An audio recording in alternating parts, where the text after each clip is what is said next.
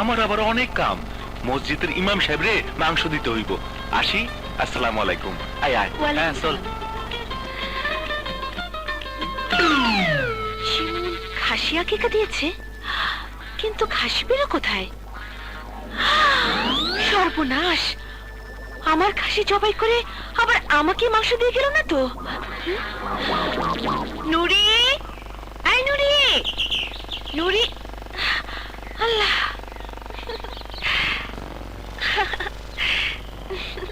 যাক বাবা, বড্ড ভয় পেয়ে গিয়েছিলাম।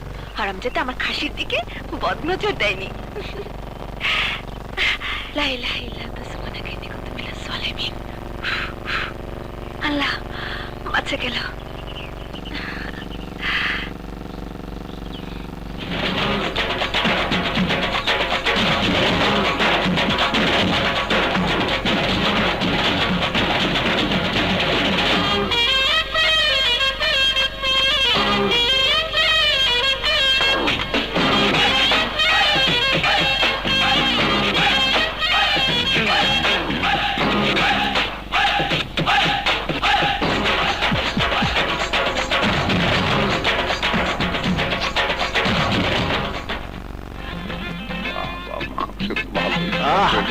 খাওয়াই খাও,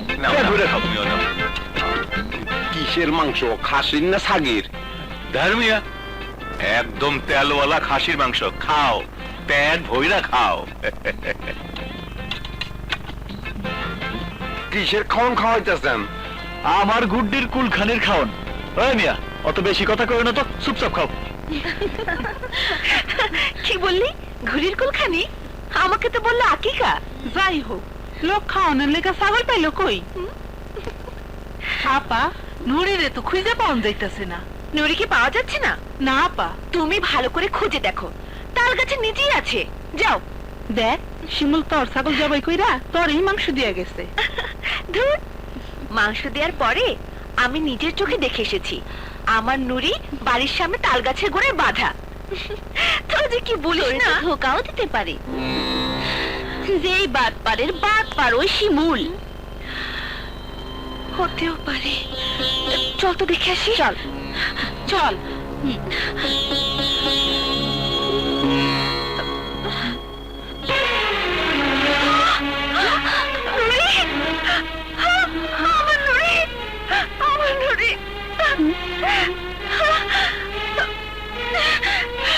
এই সন্ধ্যা সময় কই যাস? রাত সন্ধ্যা, সারা রাত শেষ হয়ে গেল, ওই শিমুলকে আমি ঠিকই খুঁজে বের করবো।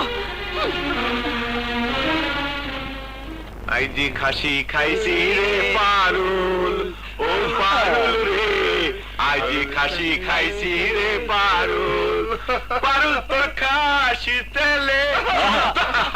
কমল, ওই কমল্লা, তুই চামড়াটা জায়গা মতো ঝুলাইছিলি তো? জায়গা মতো ঝুলাইছি মানে একেবারে সেন্টার পয়েন্টে ঝুলাইছি। পারুল দরজা খুললেই চক্ষু কপালে গিয়ে ঠেকবো। ওই দিকে দেখ।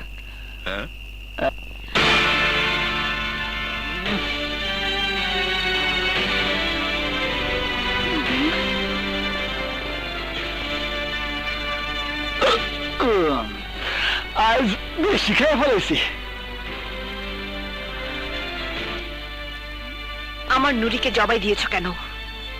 আমার ঘুড়ি ভেঙে দিয়েছিলে কেন?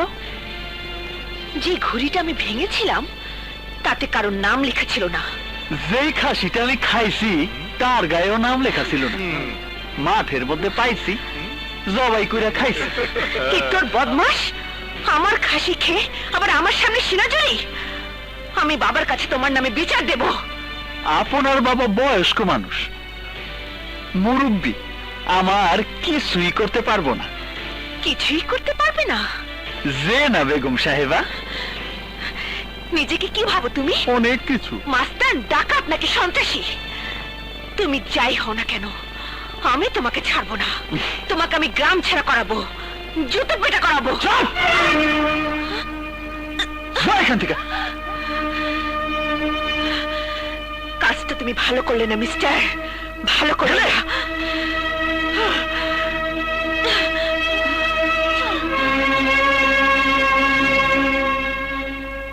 শালি আমি এখন কই যামু আমার পোলাটার কি হইব পোলাটারে কেমনে বাঁচামু আরে কি ব্যাপার চাচা এত রাইতে তুমি কই যাইতেছো কি হয়েছে কাঁদতেছো কেন বাবা শিমুল আমার পোলাটা আজ সকালবেলা গাছ থেকে পয়রা মাথা ব্যথা পাইছিল যখন ব্যথা পাইছিল তখন কিছু হয় নাই কিন্তু তখন বারবার বমি করতে করতে অজ্ঞান হয়ে যাইতেছে আমার পোলাটারে বাঁচাও বাবা আচ্ছা আমার পোলা আচ্ছা কি তুমি হইব? তুমি ঠান্ডাও রাজু আরে রাজু কি তো যা আমি ডাক্তারে ডেকে লয়ে যা আচ্ছা আচ্ছা থামো তুমি থামো আমি সাসারে নিয়ে সাসার বাড়িতে যাইতেছি আচ্ছা, ঠিক আছে, চলো, চলো, আয়। মা বাবা বাবা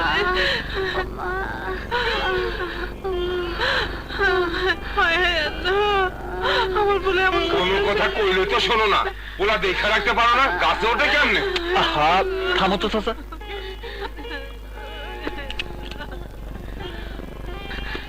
সকালে সরকারি হাসপাতালে নিয়ে সিটি স্ক্যান করাতে হবে মাথায় অপারেশনও করতে হতে পারে বুঝেছেন জি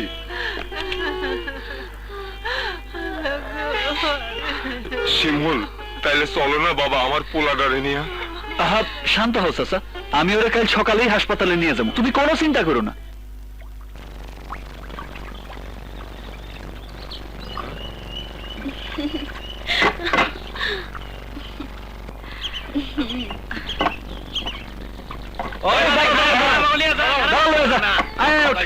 মাইয়া আছে এই না বয় বাবা সৈয়দ বাড়ির মেয়ে কি হাতির ধান মোটা যে পুরা নৌকাটাই তার লাগবে এই খবরদার সৈয়দ বাড়ির মেয়েদের নৌকায় বাইরের লোক ওঠা নিয়ম নেই নিয়ম আরে জান বড় না নিয়ম বড় হ্যাঁ এই নৌকায় যাইতে হলে বসো আর নাহলে নামো যাও যাও কি আমি নামবো প্রশ্নই আসে না নামতে হলে তোমরা নামবে পারুল পারুল একটা বার পোলাটার দিকে তাকাও দেরি করলে পোলাটা বাঁচবো না হাহ, না বাঁচলে আমার কি কি তোমার জানের দাম আছে আর গরিব মানুষের জানের দাম নাই এই বাজে নৌকা সোজা হাসপাতালে নে যা না और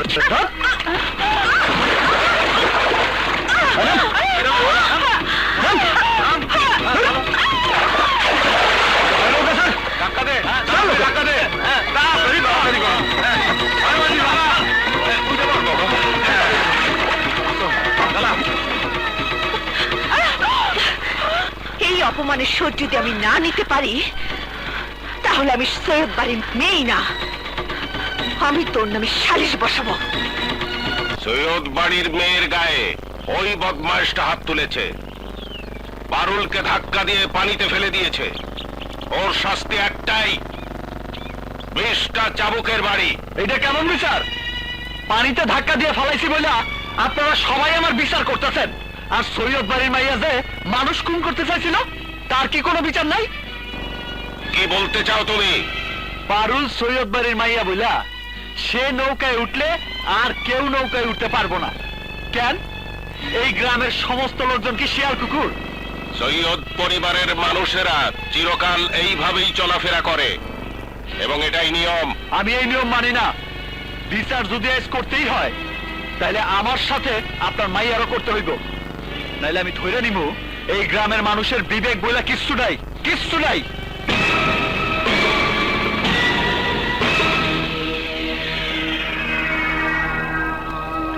যদি পারুলের বিচার না করতে পারেন তাহলে আপনারা আপনারা কেউ মানুষ না সবাই পশু মানুষ শুধু সৈয়দ সাহেব আর তার মাইয়া চুপ কর হারামজাদা সৈয়দ সাহেবের বিচার তোর মাইরে নিতে হইব ঠিক আছে বাবা ঠিক আছে তুমি যখন কইতেছ তখন বিচার আমি মাইনা নিব কিন্তু আমার গায়ে সেই লোক চাবুক মারবো যে নিজের অন্তর থেকে মাইনা নিব আমি অপরাধী যে স্বীকার করব লালুর জীবন বাঁচায় আমি অন্যায় করছি কই আসেন কি আসবেন আসেন আমারে চাবুক মারেন আসেন আরে বসে আসেন কেন আসেন আমারে চাবুক মারেন আসেন আসেন কি হলো মারেন আসেন কে মারবেন আসেন কে মারবেন আমি মারবো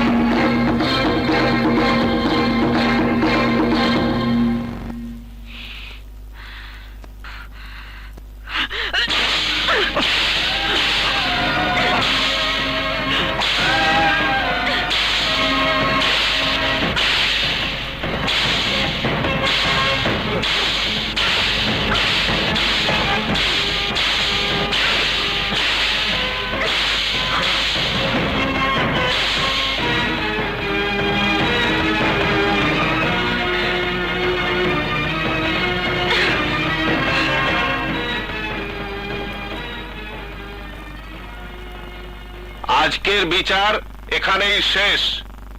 আপনারা সবাই চলে যান।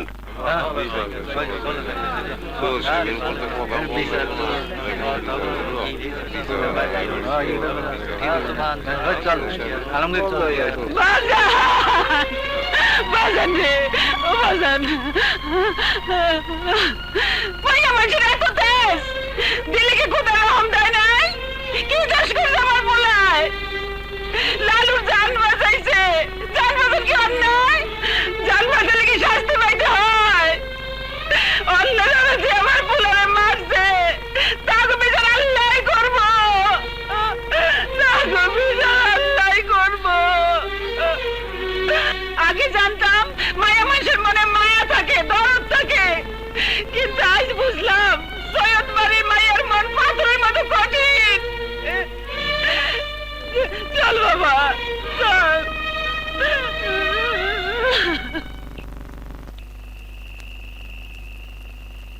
পারুল একটাবার পোলাটার দিকে তাকাও, দেরি করলে পোলাটা বাঁচবো না।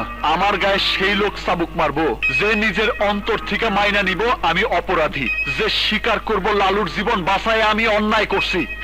মাইয়া মানুষের এত তেজ দিলে কি খোদা রহম দেয় নাই? কি দোষ করছে আমার পোলায়? লালুর জান বাঁচাইছে, জান বাঁচান কি অন্যায়? জান বাঁচাইলে কি শাস্তি পাইতে হয়?